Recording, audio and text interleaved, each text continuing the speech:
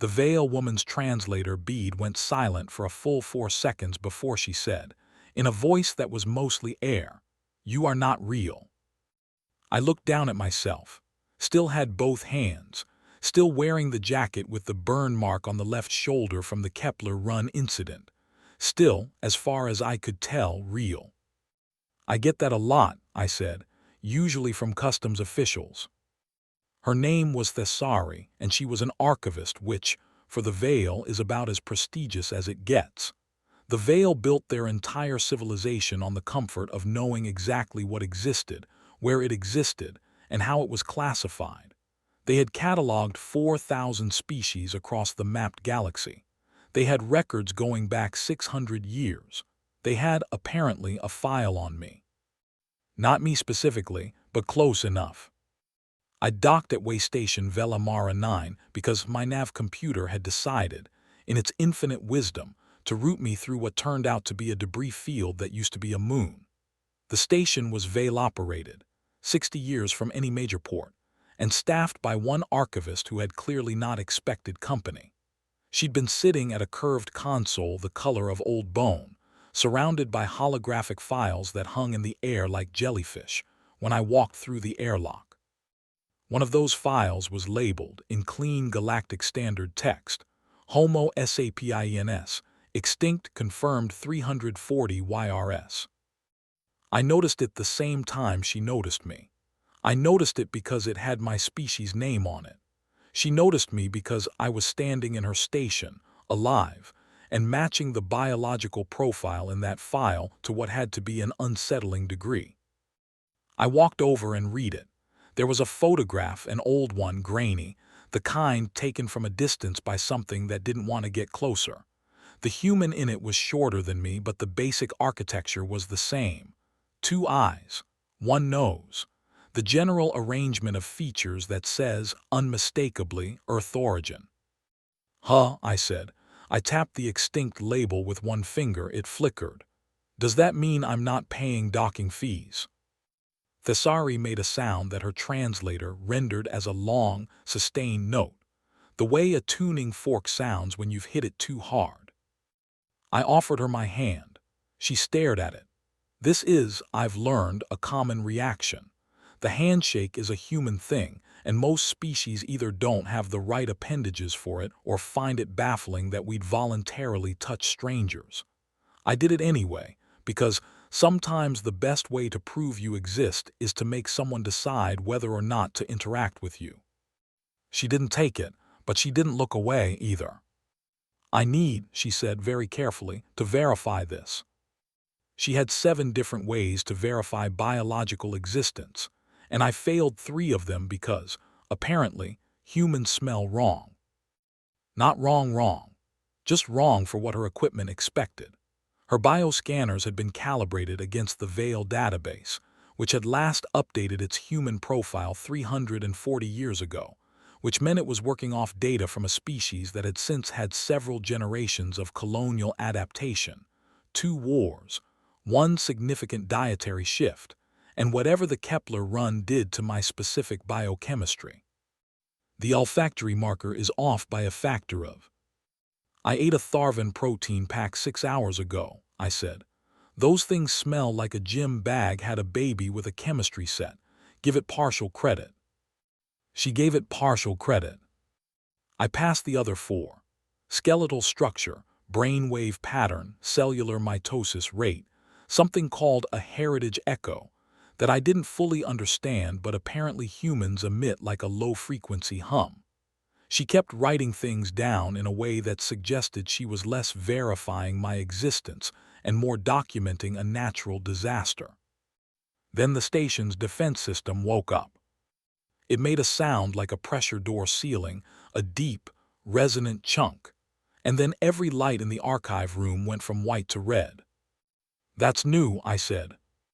"The station's automated protocols," Thessari said, and she had gone very still in the way that living things go still when they're deciding whether to run, flagged your biological signature against the anomalous entity register.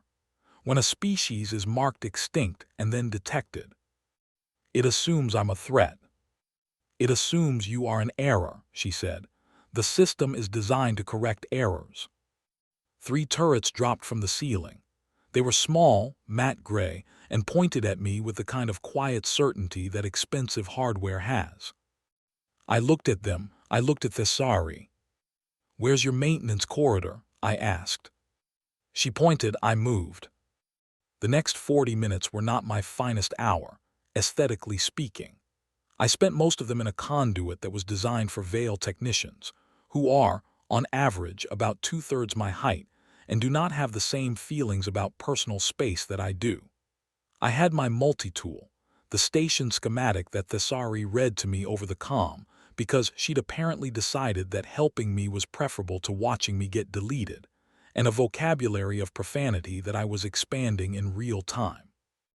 The defense systems core was in a sealed cabinet behind a panel that required either a Veil authorization code or, as I discovered, a very specific application of leverage at the junction point where the panel met the wall. The conduit burns I got when the secondary relay discharged were, according to Thessari, technically survivable.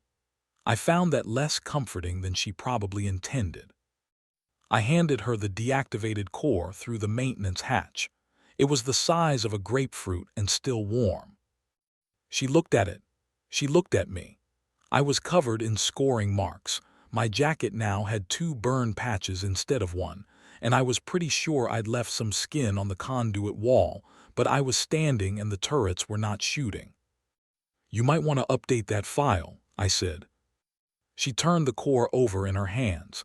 Then she said quietly, like she was talking to herself more than to me, "What happened to you, your species? What happened?" I climbed out of the hatch, found the nearest thing that counted as a chair, and sat down in it. "That," I said, "is a longer story. You got anything to drink?" I told her about Earth the way you tell someone about a place you love and miss, and aren't sure you'll ever see again. Which is to say, badly, and with too much detail about the food. I told her about the expansion, and the colonial fleets, and what happens when a species that evolved as a persistence predator decides that the thing it's going to persist toward is the entire galaxy. I told her we weren't extinct. We were just spread thin. 112 colony worlds, last count, and more people in space than on the planet we started on. Humans, I explained, had a habit of going to places they weren't supposed to go and staying there until they became local. Thessari listened. She had a posture that I was starting to read as intense attention, very still, all 4 of her upper limbs folded, her secondary eyes half closed. She was recording, too. I could see the light on her documentation bead. "The extinction report," she said, when I paused to drink the thing she'd given me, which tasted like cold tea filtered through something mineral and was actually pretty good. It was filed by the Veil Verification Fleet, 340 years ago. They surveyed the Sol system and found whatever was left after the first expansion wave, I said. "Yeah, Earth was. We had a bad century, population was low, infrastructure was rough. From the outside, if you didn't know to look at the colonies, I can see how you'd get the wrong answer. The record has been in our archives since before I was born," Thessari said. "I have spent my career maintaining it, updating the cross-references, filing the memorial notations." "Sorry about that." "You are apologizing," she said, "for being alive." "I'm apologizing for the paperwork." Her sensors went off before she could answer. The sound was different from the defense system, higher, more urgent, like a question rather than a statement. "The archive," she said, and her voice had changed, "automatically transmits anomalous entity flags to the Veil Verification Fleet." She pulled up a display. When the Defense Corps was activated and then deactivated by an unauthorized biological, she stopped. "How long ago?" I asked. 43 minutes. "And how far out is the fleet?" "At current approach vector," she said, 9 minutes. I put down the cup. The Veil Verification Fleet, Thessari explained quickly, was authorized to investigate and, if necessary, sterilize anomalous biological presences in archive stations.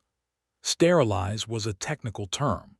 I understood what it meant in the context of a fleet of ships pointing at the room I was currently in. "There's a species verification broadcast," she said.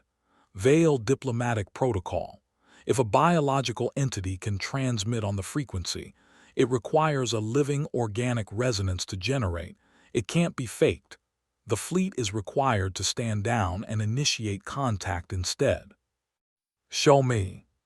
She showed me. It was not, it turned out, a complicated process. It required me to hold a contact pad and essentially let the station read me, the same heritage echo, the cellular hum, broadcast outward on a diplomatic frequency that hadn't been used for my species in 340 years. I held the pad, the station read me, the broadcast went out. 6 minutes.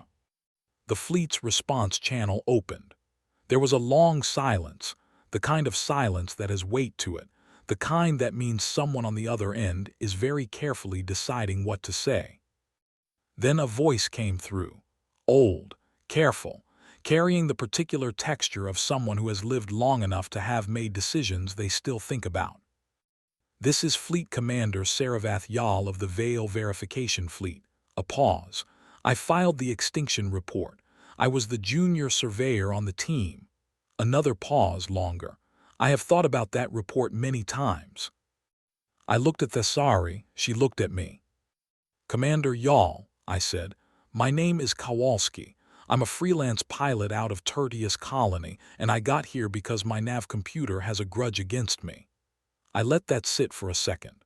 "I've got a Veil archivist who makes excellent tea and a maintenance conduit that I would like to never see again. You want to come aboard and meet a human?" The silence this time was different, softer around the edges. "The fleet will hold position," Commander Yal said. "I will come aboard alone." I watched Thessari's hands move to her console. She pulled up the human file, Homo sapins, extinct, confirmed 340 YRS, and her fingers hovered over the status field. She looked at me like she was asking permission, which was strange, because it was her database and her station and her 340-year-old mistake to correct. I nodded. She changed the status. The timestamp that appeared next to active was today's date, today's time, this exact moment, logged to the second. She stared at it for a while. Then she said, in a voice that had something wondering in it that her translator did its best with, "I have maintained records of 211 extinct species. In 41 years of archiving, a record has never, not once," she stopped, started again. "You are the first." Commander Yal's shuttle was already in the docking approach. I picked up my cup, finished the tea. "Then I guess," I said, "you're going to need a new filing system." Yal came aboard 20 minutes later, moving carefully, like someone walking into a room they'd dreamed about.